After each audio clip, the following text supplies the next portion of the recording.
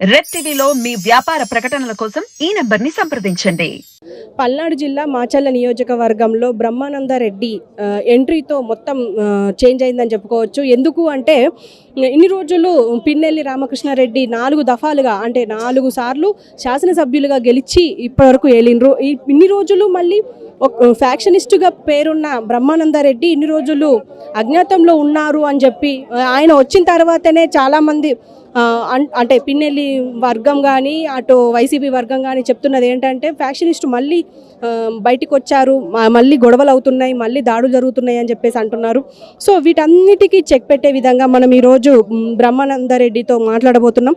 So ఆయనతో మాట్లాడి మరిన్ని విషయాలు తెలుసుకుందాం రండి. అయినందుకు కంగ్రాచులేషన్స్. అలాగే అభ్యర్థిగా ఉమ్మడి అభ్యర్థిగా ప్రకటించారు. థ్యాంక్ యూ అమ్మ. అది కానీ ఇప్పుడు టీడీపీకి అయితే పల్నాడు జిల్లా నుంచి మీరు అధ్యక్షులు కదా, దానికి కంగ్రాచులేషన్స్.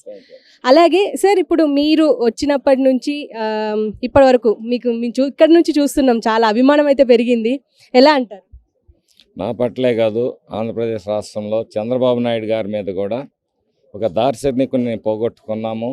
ఈ రాష్ట్రం ఇంత ఇబ్బందికరమైన పరిస్థితుల్లో, ఈ ప్రజలు ఇంత ఇబ్బందికరమైన పరిస్థితులు ఉన్నాయి.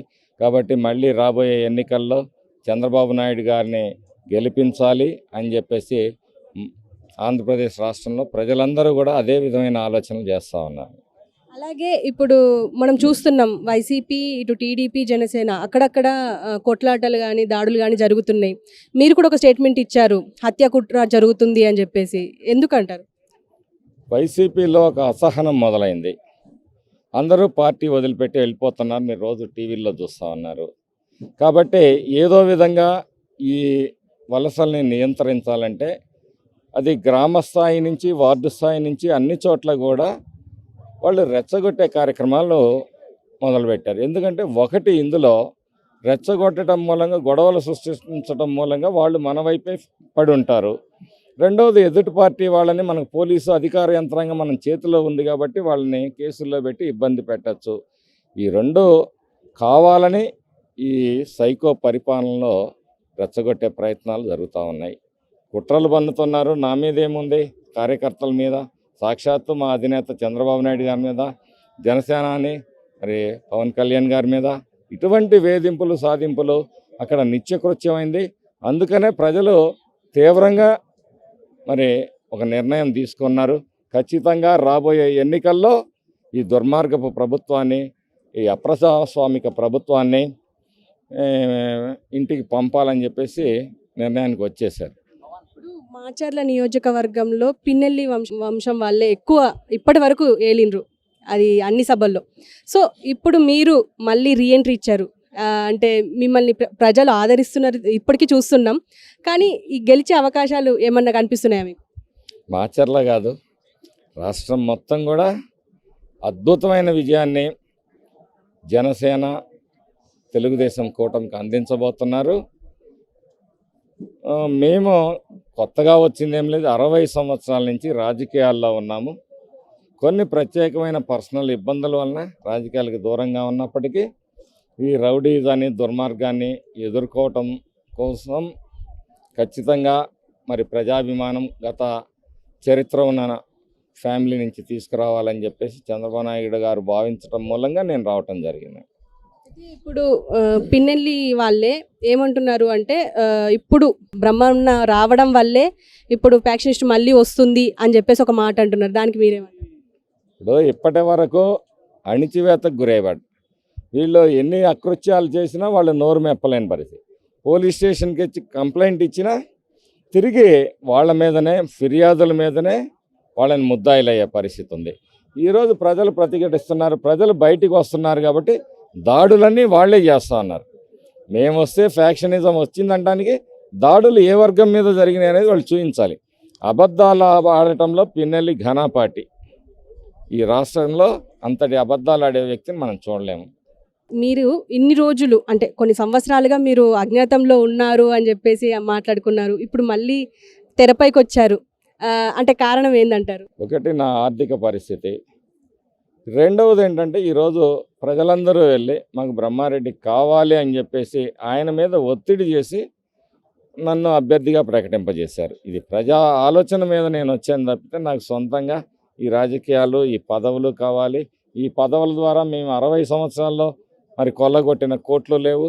మా ఆస్తులే అమ్ముకున్నాం కాబట్టి అలాంటి నాయకుడు మాకు కావాలి. అలాంటి కుటుంబం నుంచి నాయకుడు ఉన్నాడు. ఆయనే కావాలి, ఆయనే కరెక్ట్ అని ప్రజలు కోరటం మీదంగా నేను రావటం జరిగింది. ఇప్పుడు జగన్ రెడ్డి పైన కానీ ప్రభుత్వం మీద, వైసీపీ ప్రభుత్వం మీద చాలా వ్యతిరేకత వచ్చింది.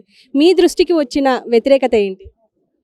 యువజన శ్రామిక రైతు పార్టీ ఏ వర్గం మీదైనా సరే, ఏ వర్గానికైనా ఈ జగన్ రెడ్డి ప్రభుత్వం మరి చేసిన మేలేంటో వాళ్ళు చెప్పాలి.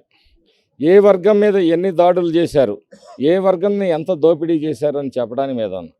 చివరికి యువతని మోసం చేశారు, గంజాయి మత్తులో ముంచున్నారు, శ్రామికులకి ఉపాధి లేకుండా చేశారు, రైతుల పరిస్థితి అత్యంత దారుణంగా ఉంది. చివరికి ఉద్యోగస్తుల్ని మోసం చేశాడు. అన్ని వర్గాలని కూడా మరి తాత్కాలిక ఉద్యోగులందరినీ పర్మనెంట్ చేస్తానన్నారు.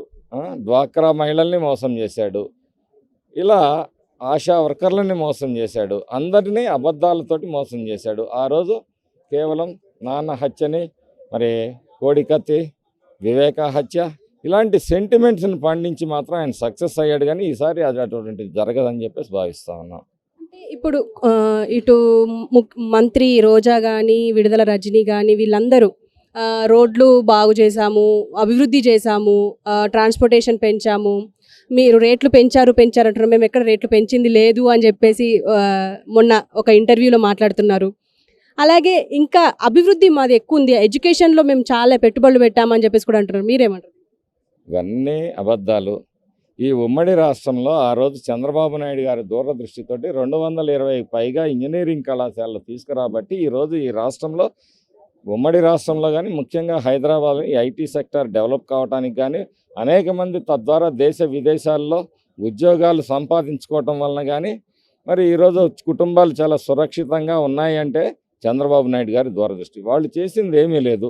గుంతలుగా ఉన్నాయి, పన్నులు బాదుతూ ఉన్నారు, ప్రజలకి సౌకర్యాలు లేవు. అన్ని ఇంటి పన్ను పెంచారు, చెత్త పన్ను వేశారు, డీజిల్ పెట్రోల్ ధరలు పెరిగినాయి. మిగతా రాష్ట్రాల కన్నా 10 రూపాయలు ఎక్కువ ఆంధ్ర రాష్ట్రంలో. అట్లాగే ఇసుక ధరలు పెంచారు, లిక్కర్ రేట్లు పెంచారు, ఆర్టీసీ ఛార్జీలు పెంచారు, కరెంటు ఛార్జీలు అయితే 9 సార్లు పెంచిన ఘనత 4.5 సంవత్సరాల్లో మరి భారతదేశ చరిత్రలో ఏ ముఖ్యమంత్రికి దక్కదేమో అది మా జగన్మోహన్ రెడ్డి గారికే దక్కింది. ఇప్పుడు ఒక మాట అంటున్నారు, నాకు ఇంకో ఛాన్స్ ఇవ్వండి, మీ ఇంటికి బంగారం ఇస్తాను, బెంజ్ కార్ ఇస్తాను, అలాగే ప్రత్యేక హోదా తీసుకొస్తాను, ఇవన్నీ చెప్తున్నారు. మద్యం నిషేధం కూడా చేస్తానని చెప్పేసి జగన్ రెడ్డి అంటున్నారు. దీనికి ఏమంటారు? నేను బంగారం ఇస్తానని అంటలా. ప్రజలు ఏమనుకుంటున్నారంటే జగన్మోహన్ రెడ్డి పరిపాలనని చాక్లెట్ ఇచ్చి మెళ్ళో నెక్లెస్ కొట్టేసే దొంగల పార్టీ ఈ జగన్మోహన్ రెడ్డి పార్టీ అని ప్రజలు అనుకుంటున్నారు. ఆయన బంగారం ఇవ్వటం కాదు, ప్రజల దగ్గర ఉన్న బంగారాన్ని కొట్టేయకుంటే చాలు. సో ఫైనల్గా మీరు ఈ వైసీపీ ప్రభుత్వం కానీ ఇప్పుడు మీరు పొత్తులో ఉన్నారు, టీడీపీ జనసేన, మళ్ళీ బీజేపీ రాబోతోంది అంటున్నారు. కన్ఫర్మ్గా బీజేపీ వచ్చే అవకాశం ఉందంటారా? అవన్నీ పెద్దల స్థాయిలో మాట్లాడే విషయాలు నేను నిర్ణయించేది కాదు. ఎవరున్నా ఎవరు ప్రజలు ఏమనుకుంటున్నా అంటే సచివాలయ ఉద్యోగుల దగ్గర నుంచి రెవెన్యూ ఉద్యోగుల దగ్గర నుంచి అన్ని పోలీసు వ్యవస్థలు అన్నీ అక్రమంగా పనిచేస్తున్నాయి, వ్యవస్థల్ని నాశనం చేస్తున్నాయి. కాబట్టి బీజేపీతో పొత్తుంటే ఒకవేళ ఇది కంట్రోల్ అవుతుందేమో, ఎలక్షన్ ఇయరింగ్ సజావుగా సాగుతుందేమో అనేది ప్రజల భావం. సో మీరు ఇప్పుడు మాచర్ల నియోజకవర్గానికి మీరు నిలబడబోతున్నారు. సో మీరు నియోజకవర్గానికి మీరేం చేయబోతున్నారు? మీరు ఇచ్చే హామీలు ప్రత్యేకంగా ముఖ్యంగా వైసీపీ మోసం చేసినవి అన్నీ. సాగునీరు మాకు నాగార్జున సాగర్ పక్కనే ఉన్నప్పటికీ కూడా మా పొలాలకి సాగునీరు లేదు, మా గ్రామాలకి తాగునీరు లేదు. ఈరోజు తాగునీరుని కూడా వ్యాపారం చేస్తుంది జగన్ రెడ్డి రామకృష్ణారెడ్డి ప్రభుత్వం. గ్రామంలో ప్రైవేటు సంస్థల ద్వారా మరి ఇంటికి 6 నుంచి 700 రూపాయలు వసూలు చేస్తూ నీళ్ళు ఇస్తున్న దుస్థితి 4 సార్లు శాసనసభ్యుడిగా చేసి ఈ రామకృష్ణారెడ్డి చేస్తున్న దౌర్జన్యం, దోపిడీ. ఎవరైనా ప్రభుత్వ బోర్లో నీళ్లు పట్టుకోవాలన్నా కానీ వాళ్ళ అనుమతి కావాలి. ఏ విద్యార్థి కన్నా కులం సర్టిఫికేట్ కావాలంటే ఆ పార్టీ వాళ్ళ అనుమతి కావాలి. ఇట్లాంటి అప్రజాస్వామిక వ్యవస్థల్ని, మానవ హక్కుల్ని కూడా కాలరాస్తున్నారు. కాబట్టి మేమైతే రాబోయే కాలంలో సాగునీరు, తాగునీరు, మెరుగైన వైద్యం, విద్య ఖచ్చితంగా ఈ వెనుకబడిన పల్నాడు ప్రాంతంలో అందించాలనేది మా కోరిక.